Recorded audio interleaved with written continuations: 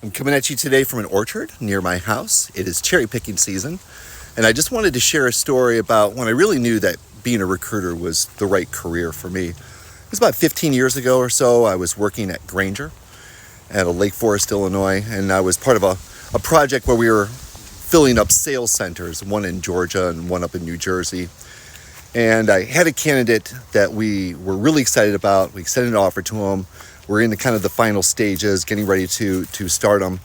And I got the results of his background check back. And they had found something that made him ineligible that went back 8 years in his history. Now, the kind of like the process was that the background check was only supposed to go back 7 years. But because it came up as the results, I had pretty clear instructions. I was supposed to call the candidate up and rescind the offer, which is what I did.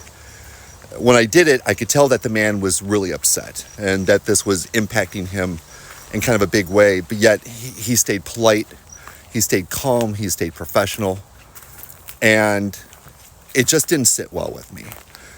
I knew who the lawyer that worked with recruiting was. I quickly sent him an email, summarized the findings, let him know what I did, but also let him know that it had gone back 8 years, not 7 years. And I asked him if we could make an exception in this one case. A few days went by, I hadn't heard anything, and I finally got an email back from the lawyer. And long story short, he agreed with me, which was amazing. I was so excited. And I called the candidate up and I explained to him what I had done for him. And I let him know that, he was going to get the job and how excited we were. And after his voice kind of cracked and broke, he said, "Mike, how quick can you get that down on a document with the Grainger logo on it and get it over to me?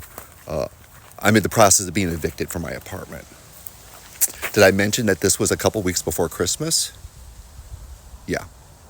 So I quickly put together a document for him. I sent it over. And long story short, he was able to start. He was able to stay in his apartment. He was able to provide for his family.